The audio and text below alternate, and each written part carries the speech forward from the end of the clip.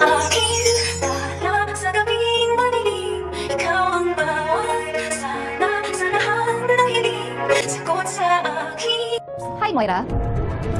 Lynette? Wow. Nice hair. Narito na nga ang ating pakabangan ngayong Webes sa abot kamay na pangarap. Dito nga napilit itinanggi ni Moira ang bintang dito sa kanya na isang kriminal dahil patutunayan nga raw niya na siya ay inosente at wala na rin nagawa itong si Moira nang dalhin na nga siya dito sa presinto.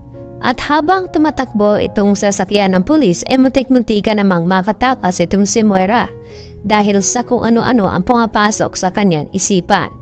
At nakikita niya ang pagmumukha ni Lynette at sinasabi na sa wakas ay masusuro na nga daw niya itong si RJ. At maya-mayaman ay si RJ naman ang kanyang nakikita at narinig at sinasabi na wala na daw disturbo sa kanila ni Lynette. Kaya gustuhin ni Moira na makatakas at makalabas dito sa sasakyan ng pulis.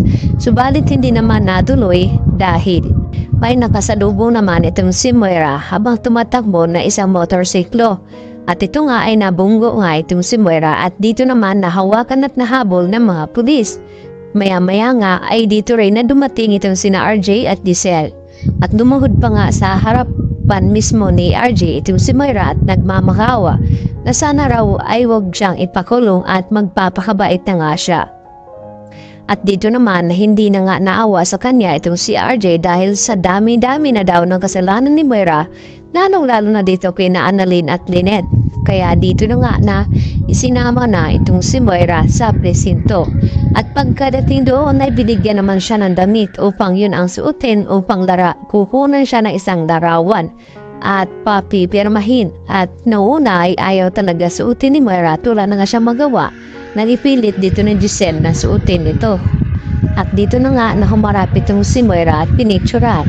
At kinuha na nito ng fingerprint na magpapatunay na ito na nga ay makukulong na. At maya-maya nga gusto mangyari ni Giselle natanggalin itong wig na suot-suot ni Moira dahil hindi daw yon ang kanyang buhok. At wala na rin nagawa pa itong si Moira nang tanggalin dito ni Giselle.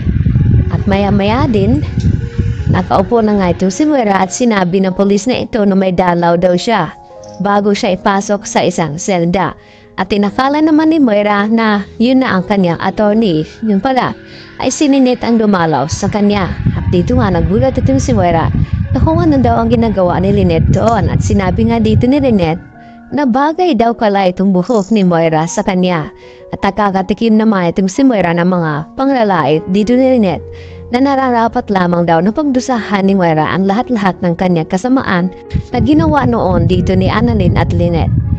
At dito naman na nagalit na husto itong si Moira at maya-maya din dito dumating itong si Zoe at gusto nga dalawin ng kanyang ina at pinigilan naman ni Annalyn dahil may mga preskon pa nakaabang doon at ayaw niya na masangkot itong si Zoe dahil lag-ana na ito. Subalit wala na nga magawa din itong si Zoe na makita niya na nakaabang na nga itong press. At dito naman na lumabas nga itong si Zoe at sinundan ni Carlos Benetes at kinausap. Hawag daw niya munang dalawin ng kanyang ina. At napaiyak naman itong si Zoe dahil hindi daw niya susukuan itong kanyang ina dahil naawa nga daw siya dito. At naawa din naman ito si Carlos sa kanyang anak na si Zoe at maya-maya din niyakap niya ito at sakto naman napapalabas na nga itong si Lynette at nakita mismo ni Lynette na magkayakap itong si Carlos at ito ngang si Zoe. Kaya magkaroon na naman ito ng kutob itong si Lynette na kung bakit close na close ito si Zoe at Carlos. Yan ang ating pakatutukan bukas mga kapuso. Dito lamang yan sa abot kamay na pangarap.